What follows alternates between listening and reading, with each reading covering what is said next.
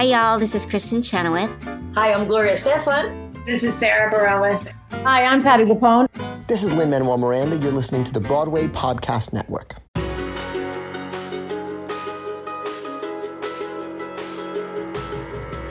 Welcome to another episode of the Theater Podcast, intimate personal conversations with theater's biggest names. I'm Alan Seals. And I'm Jillian Hockman, producer extraordinaire. Extraordinaire. Hi, Jillian. Hello.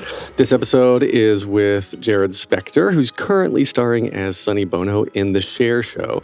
And I have to say, is just phenomenal. I can't say enough good things about his performance in this show. Yeah, he is fantastic. And you two dig deep in this episode. Oh, yes, we do. We actually ran out of time because we were chatting before he had to run to a show, and we just ran out of time digging into his past, and he actually gets really deep into mental health, which I love. I absolutely love when people are open and comfortable enough to talk about that, because I think so much of us aren't able to. It's nice to see successful people talking about struggles, and nice to hear that people that we admire go through the same things that we do and have the similar paths or trying to figure out what they want to do. And it's comforting to know you may not be alone in this. I think so many people in the world really don't either know what they want to do ever in their life, or they kind of think they do, and then they get there and they're like, oh, yeah, this isn't what I thought it would be. And I really enjoy, especially on this podcast, it's kind of come up a couple times, but especially with Jarrod here, we do dive deep that he went to college for finance after making his Broadway debut as a kid, right? And because he thought that's what he wanted to do. And he gets there and just cannot stand it, comes back, still doesn't know what he wants to do after he leaves college. And then, found his way into these amazing character roles that we know him for now. And I applaud him for taking the chance and realizing, listening to his gut and getting over the struggles that he was having internally. Yeah, and it's okay to change your mind and to say, I'm not cut out for this, or I tried it and it's not for me, and find a different path. And even if you have to float around for a little bit, try everything, be open. And that's what makes you a better actor, a better performer, and a better person. Mm-hmm. And it's very clear through Jarrod Spector that he is a great person and a great performer and just so cute. Yes, everybody, please enjoy this episode with Jarrod Spector. Here you go. 1, 2, 3.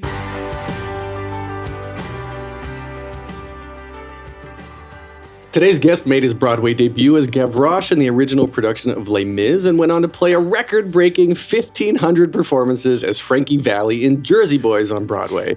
He's been seen on national tours of Les Mis and Jersey Boys and in the off-Broadway productions of Hamlet. He was nominated for both the Tony and Outer Critics Circle Awards for his performance as Barry Mann in Beautiful, the Carole King Musical, and can now be seen in the Cher Show as Sonny Bono. Welcome, Jarrod Spector. Thank you for talking with me today. My pleasure. Thank you, Alan, for having me, man. No problem. It's all right. Come on in. Waters have arrived. Hallelujah. Thank you. You need them for these long talks. That's right. So you have a show tonight, so we'll get started here. But as we always do on this podcast, we talk about your humble upbringings, your standard beginnings here. Where were you born? What kind of child were you? I was born at Einstein Hospital in Philadelphia. So specific. Well, you wanted humble. Yeah, it was. I was born in Philadelphia.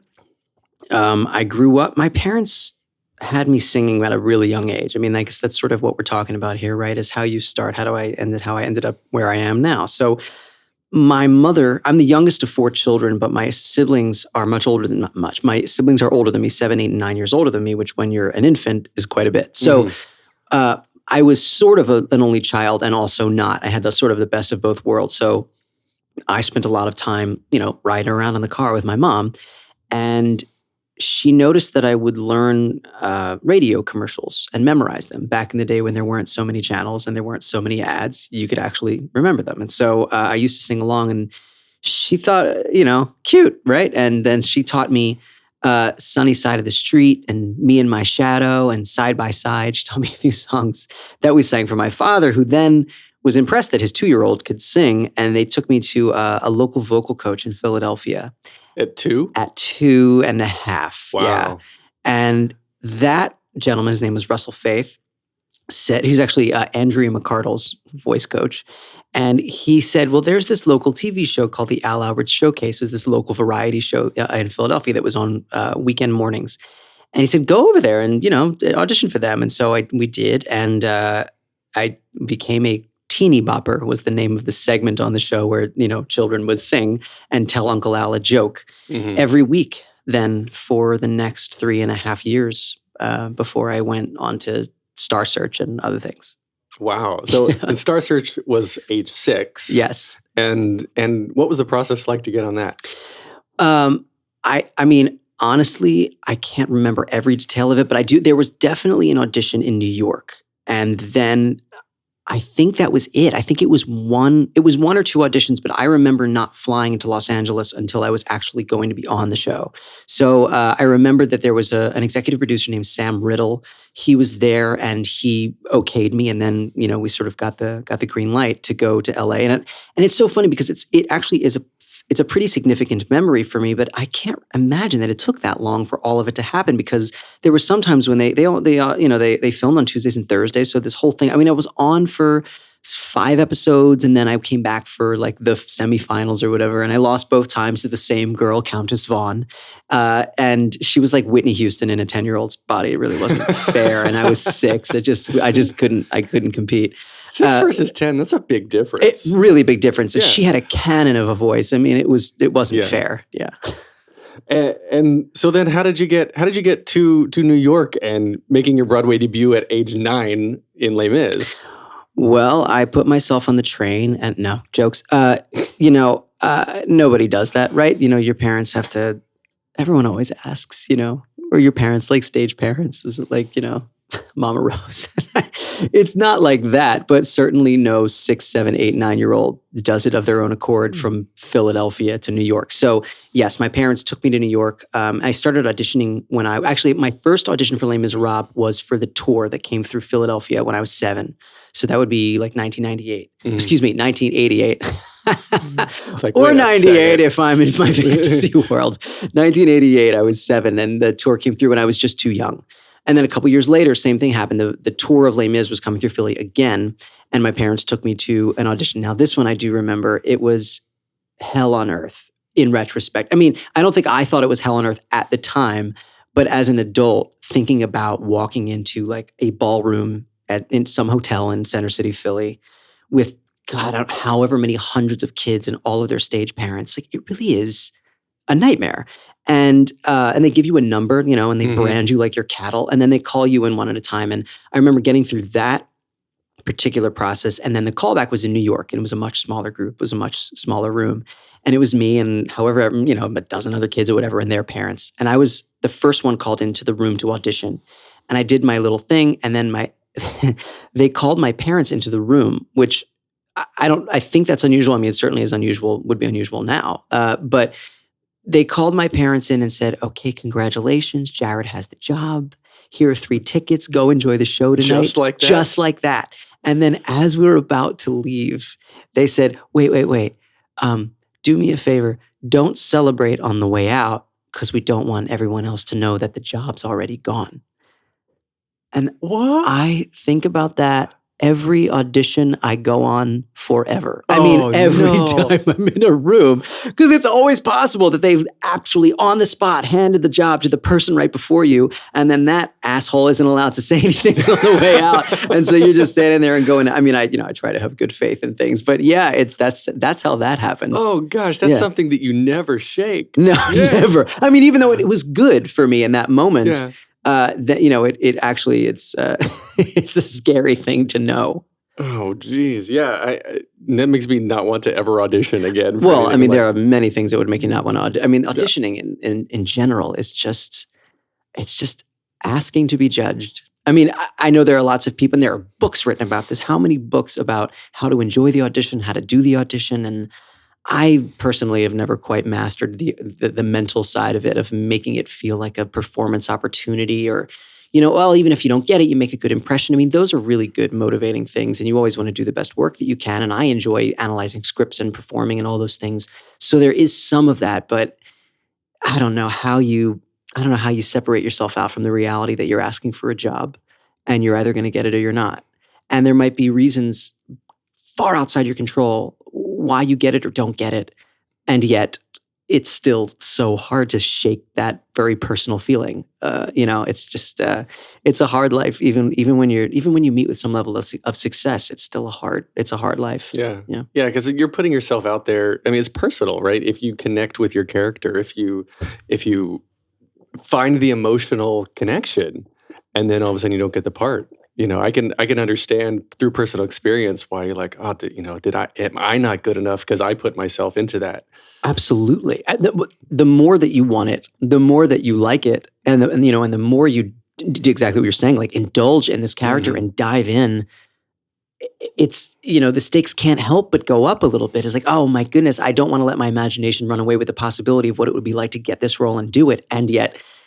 How can I not? How could you not? It's really hard to control that. I mean, that is kind of the art of surviving in this world, is to figure out how to deal with that. So you got Gavroche. Yes. And you were 9. And what was it like for you being a kid on Broadway? I mean, I definitely didn't know the significance of it. I was a child. I didn't know. It was it was incredibly fun, right? I mean, my costume were actual rags. My makeup was, you burn a cork with a light. First of all, I got to play with a lighter. So you burn a cork with a lighter and rub it on your face. That's makeup when you're Gavroche, and you put like actual grease in your hair and you're good to go. So, and then you get to run around on stage. And like, you're the only kid for the most part. I mean, there are, they're the girls who play Cosette, but during the back half of the show, you're the only kid with a whole bunch of fun-loving actor adults who are, throwing you around, and you run around and get to play with a fake gun. I mean, and then die. I mean, it's just like a dream role. I wish I could play Gavroche now. My voice might be high enough, so that's cool. The way you describe that, it seems like every kid's like perfect imagination. Oh, it's the best. It's the best. So that part I remember being quite a bit of fun. I mean, I do remember my first moment going on actually is it's very specific because it's right before. I mean, if you know Les Mis, and many people do, it's when Paris comes. It's when Valjean and Cosette disappear, and then they show up in Paris, and you have to sneak on stage in the dark with all this smoke billowing on stage, at least in the production that I was in, and everyone is sort of moaning because they're homeless, they're like beggars on the streets of Paris, and so you have all these people moaning, and I'm like a little kid sneaking on the stage in the dark and covering myself with a blanket with all this smoke, and then having to get up and run down and start singing, to 1,500 people at the Imperial Theater. I mean, it was it's quite an experience that I like viscerally remember, despite the fact that it was 29 years ago. Yeah. I mean, did you still feel like you had a normal life outside of theater at that point? Or after that, did you want to continue? Did you still audition? I guess, did your parents take you to more auditions, or do you like, I need a middle school experience now? No, I definitely had a normal life outside of the show. Even I did the show in Philadelphia and in Chicago and on Broadway, and in all those cases. I mean, when I did the show in Philly and in New York, I used to miss Wednesdays because at school because of a matinee, but for the other 4 days of the week, I was at school and I did my normal workload because it was elementary school and how much work actually is there, right? So, and when you're Gavroche, you're only on 4 out of the 8 shows a week, so I was able to actually do homework while I was at the theater. And then when that was over and I sort of grew out of it, because I think the cutoff was like 46 inches. If you're more than 46, you can't, then Angel Ross can't pick you up on his shoulder anymore or whatever it is. So you can't be in it for that long. And then I definitely still auditioned for things, but I definitely had a bunch of years there where I was just in school, like normal. And it wasn't until I actually booked this sitcom pilot when I was 14 or 15 years old.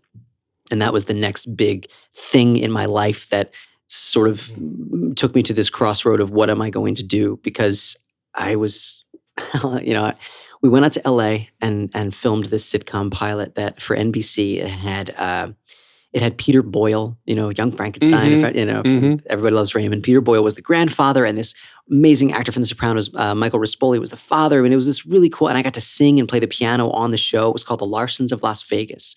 And the father was a professional gambler, and this was about 3 or 4 years before like the Texas Hold'em craze happened in this country.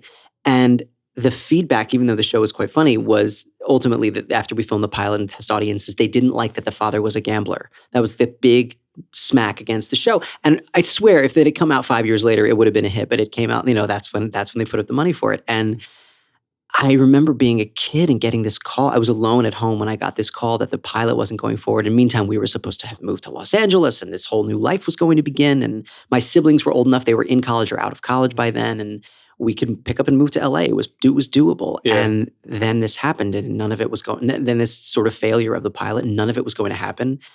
And I remember having this moment of being like, I am not mature enough to handle this.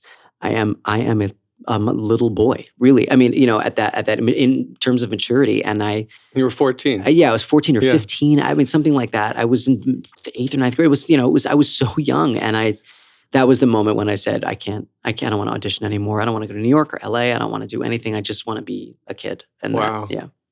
So that lasted a little while. Well, I was going to say it didn't last very long because you went to Princeton. Yeah. And what degree did you get from Princeton? Right. So I didn't get a degree from Princeton. Here's what happened. Tell me the story. Here's the story. Well, I had this sort of, I had it in my mind that being in this particular industry was a life of uncertainty and pain. I did not have a good relationship with New York. I didn't want to be here. I thought it was loud and dirty and scary and awful. That was the impression I had. I mean, it is, but I didn't love it for those reasons. I hated it for those reasons when I was a kid, and I just didn't want to be here. And Los Angeles was so far away.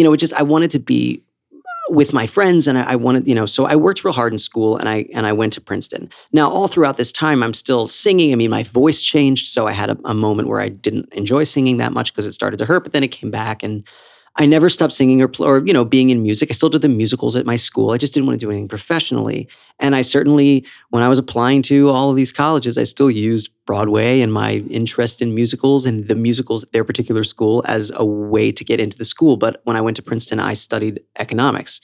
And I took Chinese in my sophomore year. And my idea was I was going to be, and I'd say this with quotes, we can't say like a regular person, which is the dumbest concept. There is no such thing as a regular person, but that's what I thought that I wanted to be, someone not in this industry. And meantime, I was fine in school, but it was just so hard to keep up because I didn't really want to do it. I was sort of staring down the barrel of a life and career that did not interest me. And just because I could get by in the classes and I thought, I could ultimately do this, I guess, if I had my heart in it, it doesn't mean that I should do it. What did you think your degree was going to be in? Economics. Yeah. I'd like finance. That was my trajectory. That's what I thought I wanted to do. And meantime, Princeton has this amazing, it's called the Triangle Club. It's like the oldest musical theater group in all of the universities, I believe. And it had like F. Scott Fitzgerald was in it and Brooke Shields. And it was this really cool thing. And I spent all of my time and energy and effort there because that's what I really wanted to do. Meanwhile, I wasn't getting any credit for that. And I was killing myself keeping up with my classes when you're in the school with like, the upper 1% of everyone who's brilliant. And you think you're smart, and then you get there and you're like, well, I'm not that smart. And also they loved it and I didn't. And it was just, it became too much. And I had to leave after 2 years and try to figure out what the hell I was going to do with myself. My parents were understanding. I moved home and I sang for a wedding and bar mitzvah band for a year. Yep. What was the name of that? Oh gosh. I really hope it's a good pun. Oh God, no! It's oh God. How about tequila? Oh, I wish. No, it was called. Oh, I remember. It was called Cutting Edge Orchestras. Okay. Yeah. Not as good as How About quite. Tequila. No, not nearly the dad joke that Have a Tequila would have been. So I did that for a year and trying to figure out what the hell I was going to do with myself. And I definitely, I was depressed, and I couldn't. My second semester of my sophomore year at Princeton was not good. I was having this kind of breakdown because my body was telling me one thing and my brain and heart were telling me other things. And I just couldn't, I was like, everything was, the wires got crossed and I sort of zapped myself because I just was in a place I didn't want to be, doing something I didn't want to do, but I was also living this lie because this other half of me at school was doing this thing that I was very much thriving in. And I didn't have the heart to tell my parents that I needed to leave what had just been ranked like the #1 school in the country, whatever the hell. That didn't matter. I didn't care. It's a hard thing to tell your folks. Mm-hmm. And so by the time that year at home was a learning experience of trying to figure out what am I going to do. Meanwhile, all my friends are still, are now juniors in college and they're moving on with their lives. And I'm like, what the hell am I going to do? And that following summer, I moved to New York with my two closest friends. And started and fell in love with the city and decided, okay, I'm going to take performance classes and I'll figure out what to do. I'll just take whatever classes and play the piano and, sing and whatever, and I'll figure something out. And that was the best decision I made, was sort of facing my fear of being in this city and doing it with best friends who could make it fun to be here. And take advantage of everything that the city offers in a way that I obviously didn't when I was 9. I hated it so much. And so that was a whole different dynamic. And then it became fun. Then it became exciting. And, being here was a joy. And I started auditioning and that didn't really lead to a whole hell of a lot. But I did end up at a really hardcore theater program at the Atlantic Theater Company. Theater, yeah. So I did that. I went there for like 2.5 years because I realized I didn't know how to act. I mean, I just had no training in that area. I could sing because I had always sung and I'd always had lessons, but I didn't know anything about acting technique, not really. And so 2.5 years of that was a whole different thing. And then when I came out of there, of course, I was like, well, now I'm only going to do Chekhov, Ibsen, Shaw, and Shakespeare, and Odets, and I'm not going to. And then, of course, I was cast as Frankie Valli. That's funny. It was Wesley Taylor too. Came out of North Carolina School of the Arts. It has a similar story that reminds me of this. That he came out and he's like classically trained in doing Shakespeare, and his Broadway debut was Rock of Ages. Rock of Ages, right? Of course, like, yeah, of course, because that makes sense, right? Yeah. I mean. Listen, I think everybody, if you're playing a principal, if you're playing a speaking role in a Broadway show, you have to know how to deliver lines. So all of that training comes in handy, irrespective of what you thought you were going to end up doing or how highbrow you thought the scripts were going to be. And you can't reasonably expect to do Chekhov, Ibsen, Shaw, and Shakespeare for the rest of your life, especially if you want to be on Broadway, because it's a lot of musicals and a lot of the great work are musicals. So, and one of my smartest teachers that I really enjoy, like, flex every muscle you have. Don't limit yourself based on some preconceived notion of what you want to do, what you think you can do. Like, try everything. And if you can play an instrument, great. If you can dance, great. If you can act, great. And if you can sing, definitely great. Do all the things. And so, of course, I was expecting to do Shakespeare soliloquies, and instead it was like, "Hey, Tommy, fuck you." It was a big tangent. Right. I want to go back to something you said that I was impressed that you said at 14 you had the wherewithal to say, like, man, I'm not equipped to do this. I don't want to do it anymore. And then at 20, I presume 19 or 20, like halfway through college, you're like, all right, this isn't what I want to do.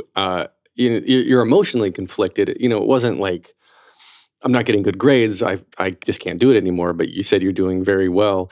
And I personally, I wouldn't have had the maturity to do that. I don't even think I would now. At 20, you're saying, or at 14? At 38 right now. but no, at 20, like at 14, definitely, I would have been like, okay, like Broadway, that's kind of cool. I'll give it a shot. And then at 20, I remember I got a computer science degree. Okay. And the similar sort of thing. I was just like, well, I'm okay at it. Or I'm great. I'm good. Got good grades. I'm going to do this, and they'll see it out. And then I got my degree, and I'm like, oh, I don't want to do this anymore. So I went through with it. Yeah. But no, I'm. That's very impressive that you were like, no, I don't want to do this anymore. Well, I don't want to. Let me revise the story a little bit to something closer to truth. I don't want to. Well, I don't want to mislead you and feel like absolutely. I stood up and I told my parents this, that, and the other thing. What happened was that I was falling apart emotionally. I think, when I was 14, I did have that sort of revelation that I was mature enough to know that I was too immature to handle it, right? So I wasn't. I mean, I was in some ways I was advanced, but in other ways I was behind. So I guess I could sort of recognize that. And then that second half of my sophomore year at Princeton, that I don't know about you, but when I was in school, especially middle school, high school, whatever, you do your work because you're told. Mm-hmm. These are your classes. You take them. You do your best that you can. And I sort of always had that reservoir of, okay, they told me to, so I'll do it. And that ran out for me in the middle of sophomore year. I mean, it was a combination of getting closer to real life and being like, well, what am I actually doing? Like, how do these classes? This isn't English now, right? These are supposed to be professional application classes that I'm taking to get toward my actual real life. It's not, the liberal arts education that you get in high school. So it wasn't so much just for fun. Not that high school is for fun, but you know what I'm saying? Like, you sort of just do it. You get an education. Mm-hmm. And this felt very much like I was headed towards something, and I just fell apart, and there were days where I could not get out of bed and I couldn't go to class. So it wasn't as simple as I made the decision and told my parents. It was really hard. I mean, it was very much a breakdown. I mean, I got caught for all intents and purposes by my parents after sort of eluding this truth for a long time. I remember, this is a real confession, but I remember like a letter coming from Princeton, like sort of giving my parents a heads up that something was going on. And I made sure I was home to take it out of the mail and make sure that they didn't get it. Oh.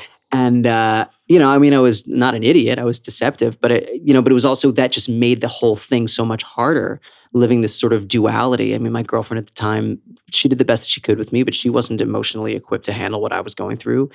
And so that fell apart too. And when you're in high school, you're in some relationship from 16 to 20, it's like your whole world, and that was falling apart too. It's just all these things kind of fell apart all at once until I was, a bit of a puddle, which is I had to go home. I mean, I could have gone back to school. Mm-hmm. There was absolutely a path for me to go, but I couldn't do it. I couldn't handle it. Yeah.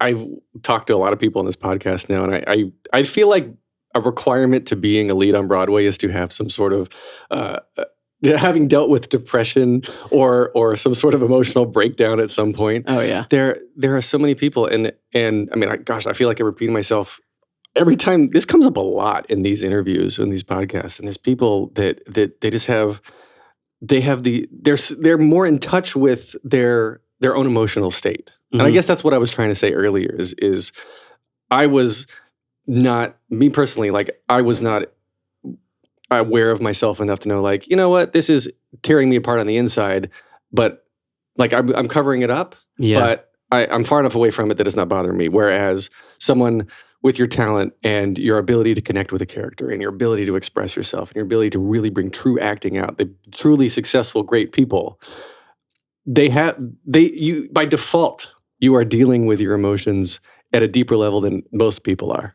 See, what's funny about what you just said is it seems like you're the one who has the skill, though. That ability to separate out, okay, this is what I have to do, even though that's how I feel, and I'm just going to sort of put my head down and continue, is a skill in and of itself that I guess I had for a while, but in that moment, I no longer could. Like, that is what drove me crazy. Man. It's that split, and I couldn't do it anymore, the thing that you're talking about. You know what I mean? Yeah, and literally, I'm looking away, I'm getting very inside my head right now. Like, you just blew my mind.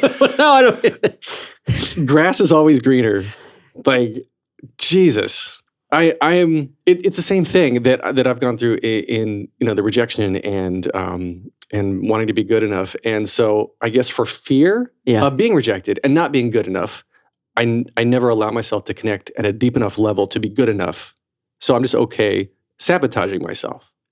Oh, okay. Does that make sense? Yes, it sure does. It's funny that, yes, I think that you don't have to have an emotional break to be in this business, but it is funny. I went to the Atlantic Theater Company, which was founded by David Mamet and William H. Macy. Yeah. And I remember Mamet coming. They would come back and teach master classes every now and again. As you can imagine, like, William Macy was the nicest guy. Oh man, he was inspiring and lovely. And and that's not to say that Mamet wasn't, just in a very different way. Mamet's brain is genius. He would come up with, if you studied any of these methods, your actions and things, and you sort of have to analyze a scene, and his ability to break down a scene and put into his very specific language in a way that you can connect to it, is unparalleled and uncanny. But he also said something like, yeah, if none of you had fucked up childhoods, you're not going to make it. Like it's just not going to be interesting to watch. And you're like, oh shit, well, I had nice parents. Does that mean I should just leave? I had no pain to get in touch with. I know, I had no pain. I mean, I had my sort of late childhood quote pain, but I didn't have a fucked up childhood, I guess. So I created one for myself when I was a little older. Wow. Yeah, that's incredible. I'm glad, and thank you for talking about that. I know like a lot of people don't like talking about mental health, especially. I mean, there's no shame in it. I don't, there shouldn't be.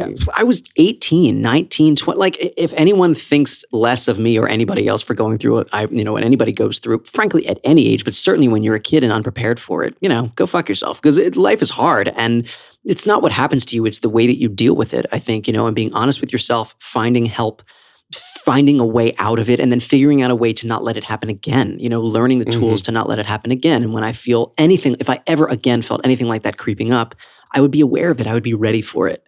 So, there's no shame in any of it. I don't think. There certainly shouldn't be. I don't think anymore. I used to think, because my parents didn't talk about it. They still kind of don't, especially my mother like shies away from anything real. Yeah. And so, I'm working on that with her. So Mom, if you're listening, let's talk. So let's get back to shows, huh? Jersey Boys. Yes. Jersey Boys, 1,500 performances, over 6 years. That's incredible. What kept you going with Frankie Valli for so long? A couple things. I started the show on the road. Not on the road. I did the show in San Francisco for a year. So the carrot was what's the next thing. And then they gave me the Chicago company. So I went from one place to the other, and then I did the show there for a year. And then the carrot while I was in Chicago was Broadway. Then I got to Broadway. And then why do you stay? Well, it was the recession. Every show on Broadway was, a lot of them were closing. Just things couldn't last, right? I remember when we were, Hairspray closed while I was in Jersey Boys. Big shows were closing, let alone new ones that just couldn't hang on. Mm-hmm. And I remember, if you pay attention to the Broadway box office grosses, it's actually, the biggest shows actually made more money or stayed at 100% because anyone who was going to spend the money was going to do the sure bet, like Wicked and Lion King and Jersey Boys, sort of the mainstays. And, I was looking around at people who were struggling for jobs, and I was like, in my late 20s and making good money. I was like, I'm going to leave this. I wasn't going to leave for no reason, and I was petrified to leave and be completely unemployed. Mm. I also just, for what it's worth, I went in for things and I just didn't book them for, one reason or another. I think that's part of the thing is you do something for a long time, and if it's very specific, then people assume that's the thing that you do. That's the thing that you are. That snapshot they get of you in those couple of hours, that's all that you are. That encompasses all of your talent. And so that was, I've certainly fought against that in pretty much every role I've ever done. Because I remember when I was in Jersey Boys, every time I would go into any room, it was, well, he's too Frankie Valli, he's too Italian, he's too dark, he's too whatever, too Jersey, whatever. And then I did Barry Mann, who is also a Northeast city musician, but, Jewish and neurotic and funny. And then he's, well, it's too funny, it's too light, it's too Jewish. And you're like, dude, I can't, whatever you do, you can't win. Because everyone just assumes that that's the thing, that whatever the last thing you did, that's what you are. And that's, that's just a reality that you often have to deal with if you're not, Brad Pitt. Right. Which neither of us are. Right. So beautiful the musical, Barry Mann, Jersey Boys, Frankie Valli, now Sonny Bono in the Cher Show. Yeah.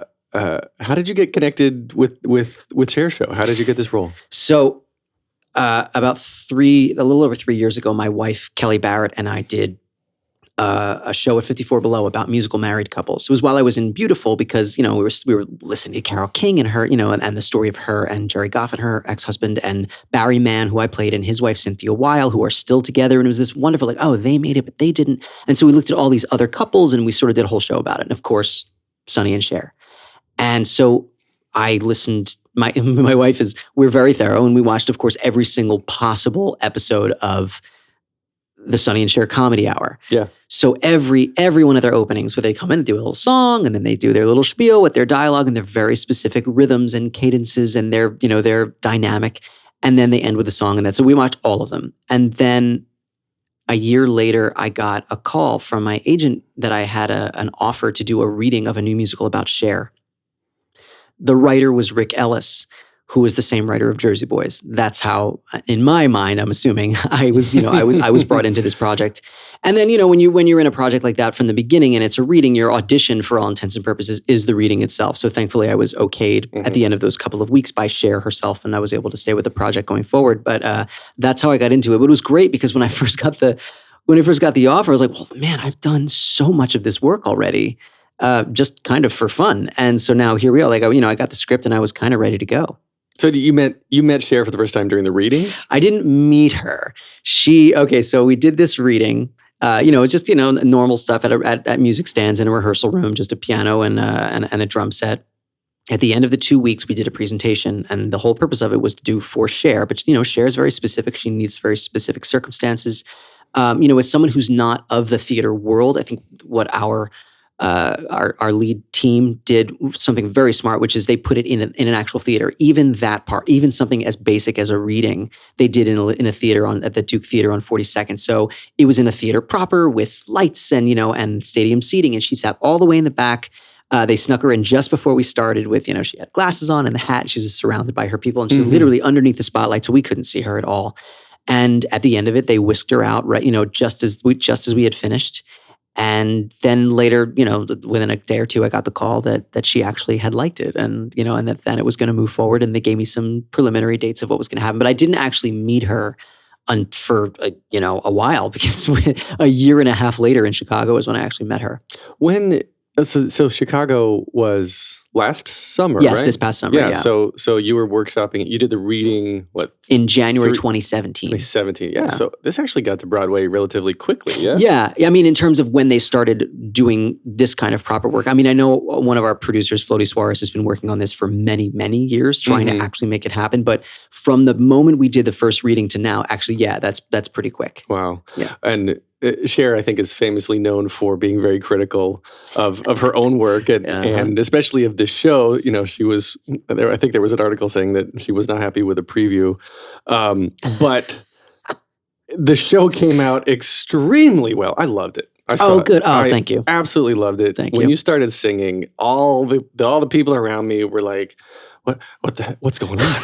Like, this guy, he is Sonny Bono. It was incredible. Like the murmurs that proliferated throughout the audience when you started singing the first time were incredible. I loved experiencing it. But the greatest review, I think you know what I'm getting into, a tweet from Cher herself.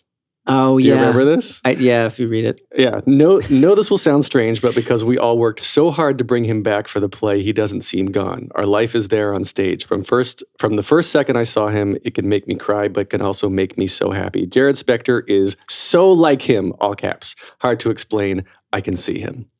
How did that make you feel when you read that? That was on the anniversary of his death. Ooh. And when she wrote it, I mean, I remember I was like, scrolling on Twitter, and I follow Cher because she's hilarious and awesome. And I like stopped in the middle of, I was like, I was sitting with my wife, and I'm like, babe, I had to like read it a couple. I was like, you're not going to believe what this says. You have to look at this. And it was, it was very surreal because we actually had just met Chaz the day before. That day we had met Chaz that day because he came on the anniversary of Sonny's death. I'm not even sure if that was intentional or that's just happened to be the day that he was in town.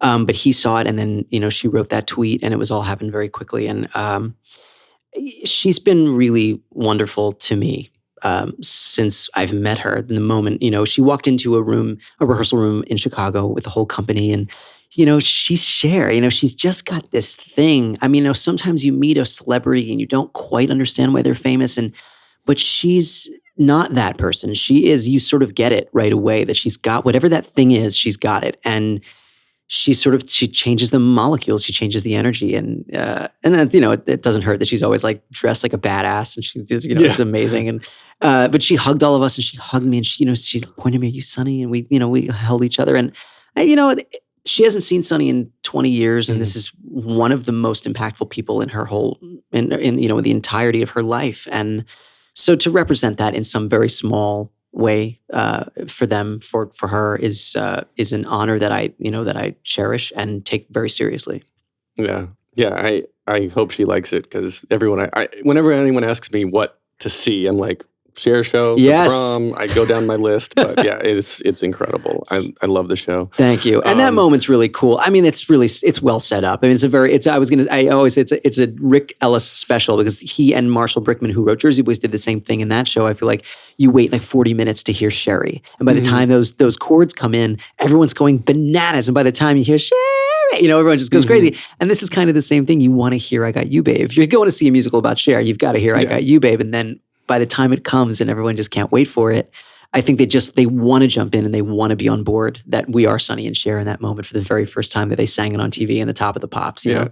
And some of the costumes are actually Sonny's actual shirts, right? Yeah, we had, there was sort of a hole in my wardrobe. They had added, as things get tweaked and they were like, okay, we need a new costume, we need a new shirt here. And our, inimitable Bob Mackey did the thing that he does that only he would be able to do, which is be like, you know what, I'm going to call and have them send one of Sonny's shirts, which they did, and then sort of, retrofit it on me because we're slightly different build. But, it's amazing to wear his actual shirt. I have a little piece of Sonny on stage at night. That's crazy. Yeah. Do you, with all your acting training, do you find that you're approaching roles like Frankie Valli and Sonny Bono and, Barry Mann, like, they're all real people. Yeah. So, but you're originating a role on Broadway based on real people. So, right. Do you get trained for that? Or how's that process kind of differ from a standard character? Well, I mean, I think, the beginnings of it are always the same, right? It's like you look at the script and you break it down, however if you're, a Joseph Campbell and you're like, okay, what is the, who is the protagonist and where does the hero's journey and all that stuff and how do I fit? Am I the antagonist, protagonist? Am I neither? Am I both? Am I some combination of whatever? And then it's the next step is like making character choices is where this really is hugely important because a lot of those decisions are made for you. You can't decide, okay, it's Sonny Bono, so I'm gonna play him with a British accent. Like, that's not an option. Like, he is a real person that people are going to come to the theater and they have a certain expectation. So a lot of your, especially external character choices are made for you. And then the more you research a person like him, you find out things about him. And then Cher tells you little things about him. I remember she said something like, I don't know if he'd love every minute of the show, but I know he'd be so happy to be represented up there.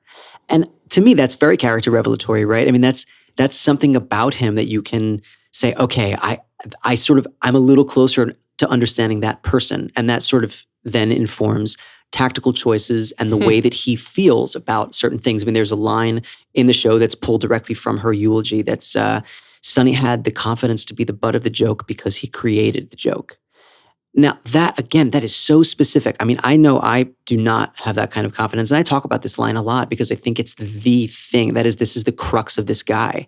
That he knew what to do. He knew like how to make things work. And he didn't care, even if it was humiliating on some level, to go out on stage in front of the entire world with your wife, your goddess warrior, rock star beauty wife who's going to make fun of your height and your ethnicity and your mother and your mustache and your garlic bread. Like, every single week. I don't know who would want to do that, but he did. He knew that it was going to work and it did. And so he kept doing it.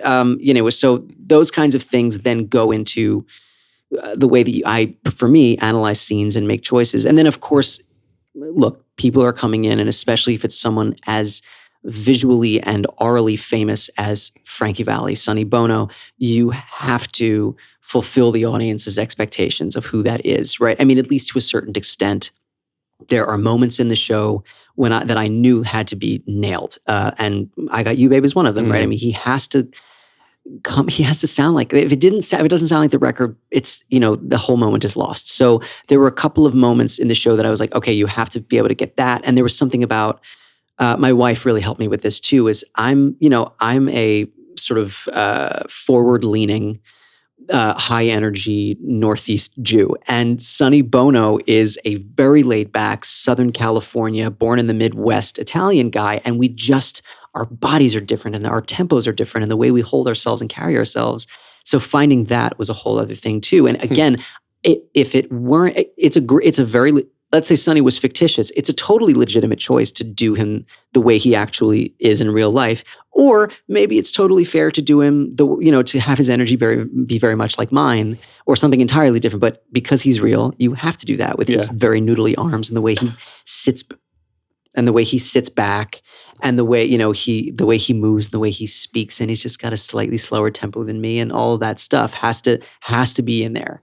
And it's the same with Frankie Valli. You can't be like, I'm going to play Frankie, but with a limp. That's not like a thing. You have to do him the way he is because the audience comes in and they want to hear Sherry and Can't Take My Eyes Off of You with that cry and that rock growl and that ear-piercing, glass-shattering falsetto that he has. And if you can't do those things, then you're not only not doing the show justice, but you're not doing this very real person justice who is alive in that particular case and is going to come and tell you, you don't sound like me. Yeah.